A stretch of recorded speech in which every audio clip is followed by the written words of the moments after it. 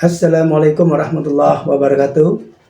Bismillah, alhamdulillah, wassalatu wassalamu ala rasulillah Sayyidina Muhammad ibn Abdillah wa ala alihi wa sahbihi wa azwajihi wa zuriyatihi wa lil baitihi wa man tabi'ahum bisanin ila yaumil qiyamah. Asyhadu an la ilaha illallah wahdahu la syarika lah, asyhadu anna Muhammadan abduhu wa rasuluhu la nabiyya ba'da. Bismillahirrahmanirrahim. Ila fi Quraisyin ila fi rihlata syita'i wa sayf falyabudu rabb hadzal bait allazi at'amahum min ju' wa amanahum min khauf. Sadaqallahul azim. Para sahabat terindah semuanya dimanapun berada, semoga kita semua senantiasa dilimpahkan Allah Subhanahu wa taala kesehatan lahir wal batinah, kebahagiaan lahir wal batinah, kesejahteraan lahir wal batinah, dan diberikan umur yang panjang, umur yang barokah, dan berikan rezeki yang halalan thayyibah yang melimpah juga untuk beribadah kepada Allah Subhanahu wa taala dan juga berbuat baik kepada sesama manusia. Amin ya rabbal alamin. Para sahabatku terindah semuanya, pada kesempatan kali ini, di video terindah kali ini, di channel terindah Surya Dinar, kita akan kembali mengungkapkan atau membahas secara sangat-sangat sederhana tentang suatu fenomena, tentang suatu hal yang terjadi di negeri kita ini, yang sangat terbaru, yaitu mengenai perjumpaan Pak Prabowo dengan para Pimpret di Hambalang. Ya, sepertinya Pak Prabowo pada hari Minggu tanggal 6 April 2025 yang lalu, Lebaran hari ke-6, dia membuka pintu Hambalang untuk para Pimpret untuk yang kedua kalinya. Di mana yang pertama kalinya yaitu pada hari Sabtu tanggal 25 Februari 2025, beliau juga bertemu dengan sejumlah wartawan, dengan sejumlah Pempret di lebih banyak daripada yang kali ini dilakukan. Tetapi yang pertemuan pertama itu tidak ada berita-berita lanjutan apa yang dibicarakan, tentang apa yang dibicarakan. Kan tetapi yang kedua ini mungkin karena tuntutan-tuntutan daripada masyarakat agar Pak Prabowo ketika bertemu dengan para Pimpret juga harus terbuka, dan juga Pimpretnya juga harus terbuka. Karena saat ini adalah zamannya informasi yang harus terbuka, karena masyarakat Indonesia atau rakyat Indonesia juga yang punya kewajiban membayar pajak juga mempunyai hak untuk menerima informasi-informasi tentang negara, tentang pemerintahan, sehingga rakyat pun minimal dia mengetahui ketika ada sesuatu hal yang kira-kira bakal negatif, tidak terlalu shock dia menerimanya. Dan alhamdulillah sepertinya tuntutan daripada masyarakat agar Pak Prabowo terbuka ketika bertemu dengan Pempret pada hari Minggu 6 April 2025. Akhirnya Pak Prabowo bertemu lagi dengan Pempret, tetapi tidak sebanyak seperti pertemuan yang pertama hari Sabtu 25 Februari 2025. Tapi tidak apa-apa, kita lihat dari hasil pertemuan Pak Prabowo dengan 7 Pempret ini. Di sini terlihatlah sepertinya para Pempret ini, yang 7 orang ini mungkin dipilih secara like ataupun dislike, saya tidak tahu bagaimana prosesnya sehingga muncullah ke-7 orang ini. Kalau dinyatakan yang 7 orang ini adalah rajanya atau yang paling pintarnya daripada orang-orang press, mungkin kita tidak 100% setuju. Kan tetapi mungkin di sini mereka bertujuh ini ditunjuk oleh perwakilan daripada press, ataupun juga mengajukan diri, ataupun juga berdasarkan reputasi pemberitaan yang telah mereka siarkan selama ini. Pertama di sana ada Najwa Shihab yang terkenal dengan YouTube-nya dinarasikan, yang namanya Narasi. Kemudian Alvito Dinova dari detik.com. Kemudian ada Lalu Mara dari TV One. Uni Lubis dari IDN Times, kemudian Suta Dharmawangsa ini dari Kompas.com, dari Koran Kompas, kemudian dan ada Retno Pinasti dari SCTV dan Indosiar, kemudian ada Valerina Daniel dari TVRI. Jadi press di Indonesia yang bertemu dengan Pak Prabowo ini, yang kali kedua ini ada 7 orang. Kan kita pun belum mendengarkan alasan-alasan daripada ke-7 orang ini yang dipanggil oleh Pak Prabowo. Padahal Pimpret-Pimpret di Indonesia ini bukan hanya 7 orang ini, Tapi mungkin nanti pada video-video selanjutnya mungkin kita akan mendengarkan dari channel YouTube siapapun, kenapa mereka atau 7 orang ini yang ditunjuk, atau mungkin ini hanya satu gelombang pertama pemanggilan untuk cerita tentang pemberitaan-pemberitaan dan pemerintahan Pak Prabowo, atau kemudian pada periode berikutnya ada dipanggil lagi 7 orang dari wartawan-wartawan lepas ataupun wartawan-wartawan yang memang benar-benar kritisinya cukup tinggi. Kalau kita melihat yang daripada ke-7 orang, udah oke lah, kredibilitasnya sudah bisa kita pahami, sudah kita maklumi bahwa mereka cukup mumpuni di bidangnya, kan, tetapi belum ada narasi yang menyampaikan kenapa 7 orang ini yang mewakili media massa di Indonesia untuk bertemu Pak Prabowo.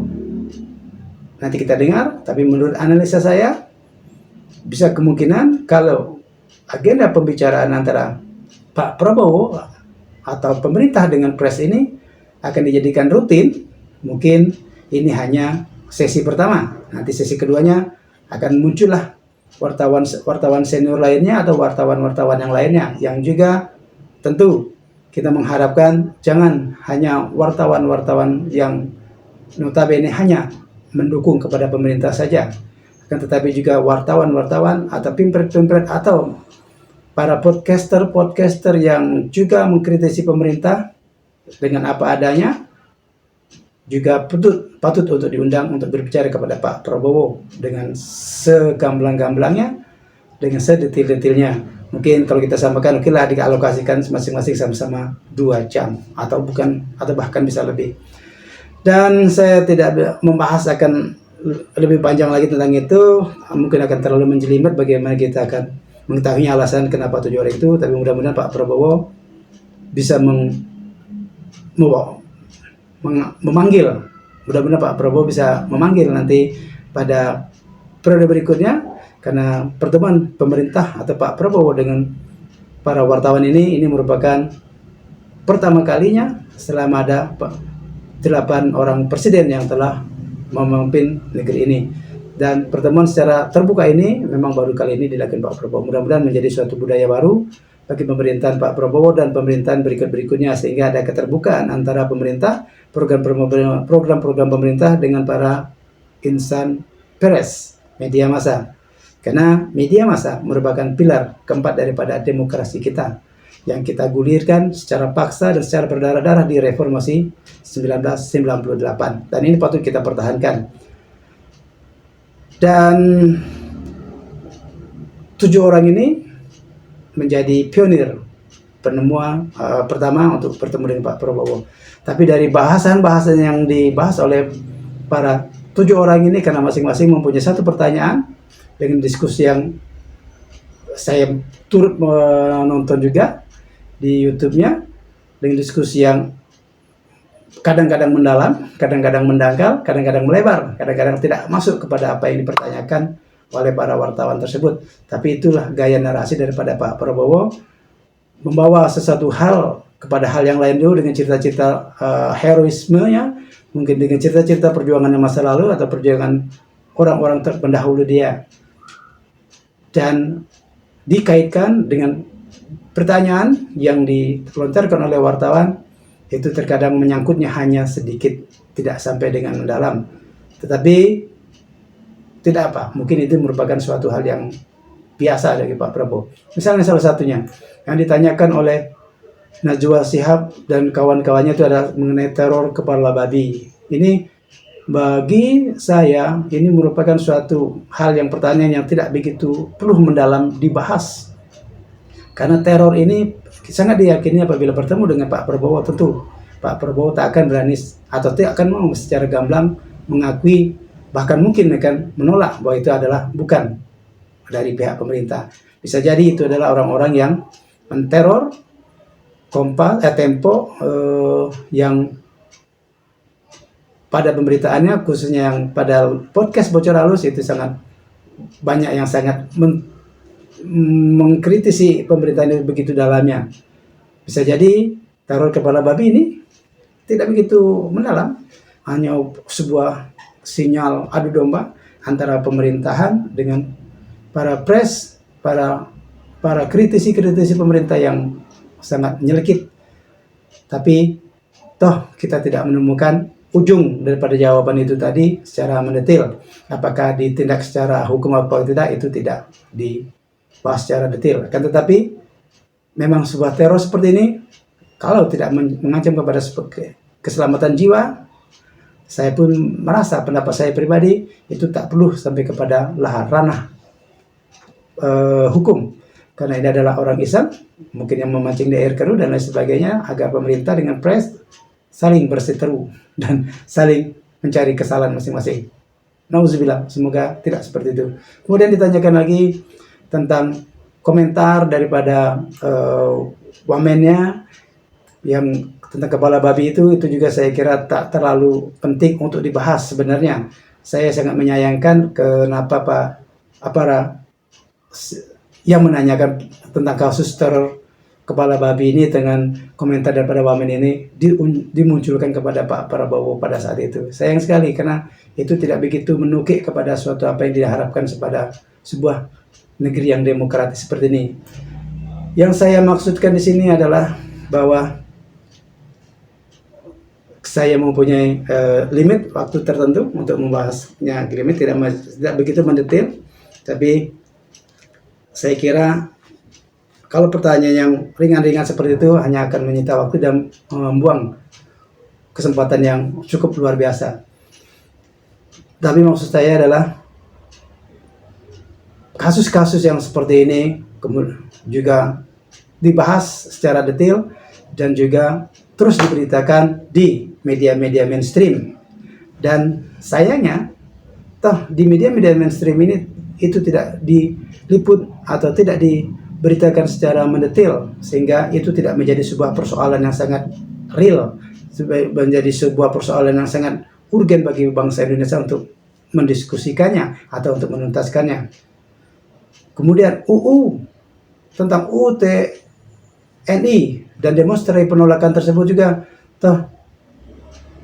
dibahas secara sederhana saja, tidak secara mendetail. Tapi yang seharusnya ini ditindaklanjutkan dengan sebuah pertanyaan, kenapa para demonstran di berbagai daerah tersebut tidak diliput oleh media-media mainstream secara langsung?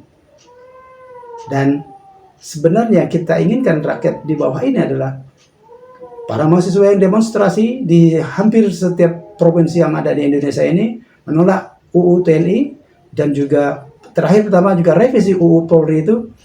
Demonstrasi mahasiswa dan masyarakat itu tidak diliput secara langsung oleh media-media mainstream, media-media nasional. Kalau ini tidak diliput, juga mudah-mudahan nanti ini merupakan suatu masukan bagi pemerintah juga dan juga bagi media-media mainstream seperti TV1, SCTV, Indosiar, CNN dan lain sebagainya. Kami mengharapkan ketika anak-anak kita atau adik-adik mahasiswa kita berdemonstrasi di sana secara langsung, menolak apapun atau menentang apapun atau mendukung apapun, disiarkan secara langsung oleh TV-TV nasional atau media mainstream. Seharusnya ini yang menurut hemat saya yang harus disampaikan kepada Pak Prabowo, sehingga kita ingin memfollow up bagaimana tindak lanjut daripada pertemuan antara pemerintah atau Pak Prabowo dengan media-media mainstream sepertinya yang 7 orang yang hadir di sini. Kita tidak melihat siaran langsung daripada SCTV ataupun Indosiar mengenai mahasiswa kita yang demonstrasi di lapangan di hampir di berbagai pelosok negeri ini, baik di kabupaten kota, di provinsi maupun di daerah-daerah perkotaan lainnya. Tidak ada. Nah, saya secara pribadi mudah-mudahan ke depan bisa ditindaklanjutin oleh pemerintahan kita dan juga para insan pers yang diundang kepada Pak Prabowo tersebut secara langsung, menyarankanlah agar media-media mainstream juga turut menayangkan apa yang menjadi gejolak di masyarakat, demonstrasi-demonstrasi itu secara live seperti era reformasi dahulu.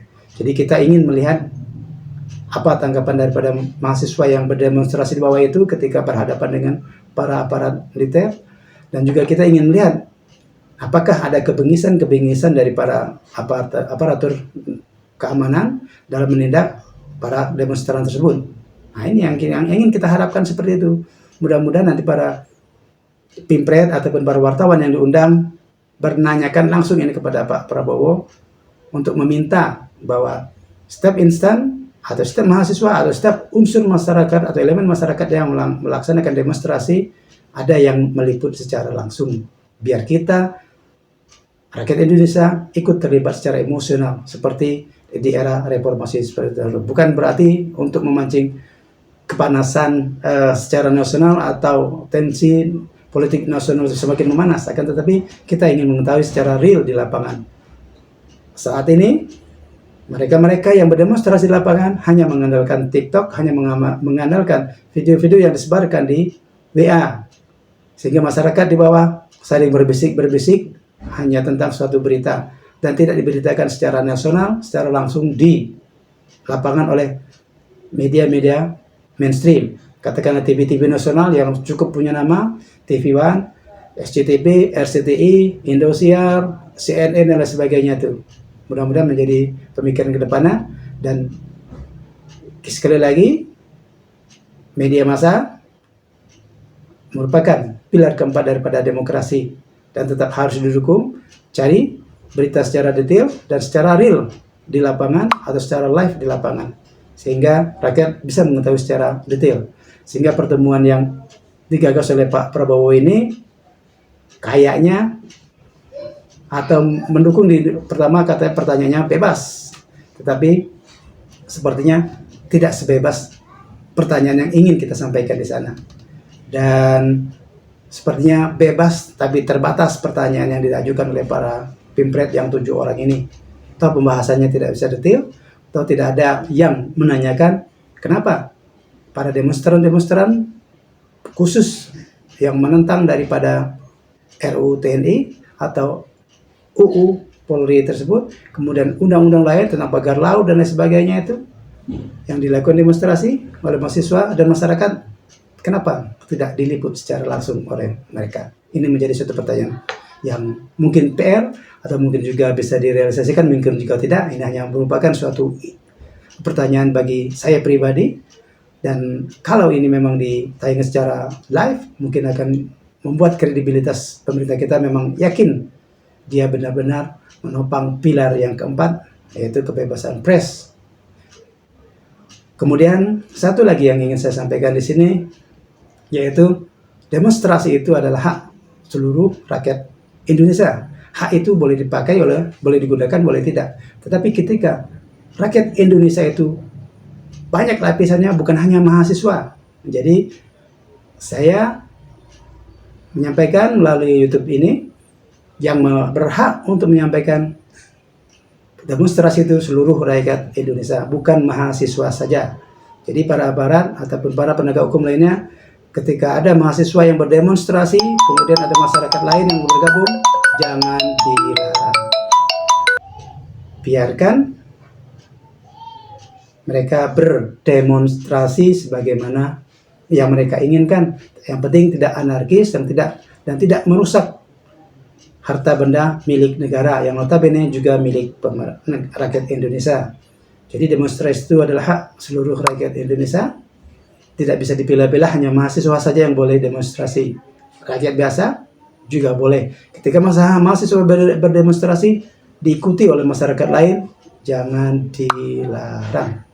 Demikian, semoga video yang sangat-sangat singkat ini bisa menjadi referensi bagi pilar keempat, kebebasan pers, kebebasan menyampaikan pendapat di muka umum, baik secara lisan maupun tulisan, baik secara video ataupun di depan umum, baik secara channel-channel yang seperti saya sampaikan seperti ini.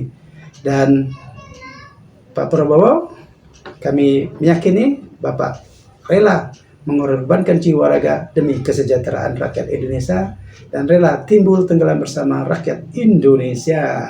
Itu tetap kami ingat ungkapan Bapak tersebut, dan melalui channel ini saya secara pribadi ingin menyampaikan 2 thumbs up kepada Pak Prabowo yang telah membuka satu jalur komunikasi antara pemerintah dengan pers, dan dijadikanlah ini suatu semacam budaya baru di pemerintahan Pak Prabowo, dan semoga pemerintahan berikutnya akan mencontoh pola yang Pak Prabowo sampaikan ini, sehingga tidak ada lagi sekat informasi-informasi antara pemerintah dan rakyat biasa. Demikian, semoga bermanfaat. Terima kasih telah menonton. Silahkan tinggalkan like, berilah komen, kemudian share-lah channel Terindah ini kepada siapapun. Dan jangan lupa, yang belum subscribe, silakan untuk subscribe di channel Terindah ini. Demikian, billahi taufiq wal hidayah. Assalamualaikum warahmatullahi wabarakatuh.